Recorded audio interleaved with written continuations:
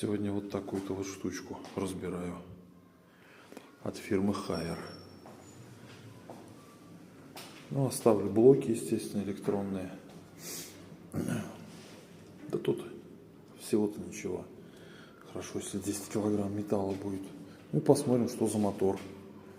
Вот. А так в неисправности числится вот этот вот узел. Но мастер сказал, что нецелесообразный ремонт. А вы как думаете на этот счет?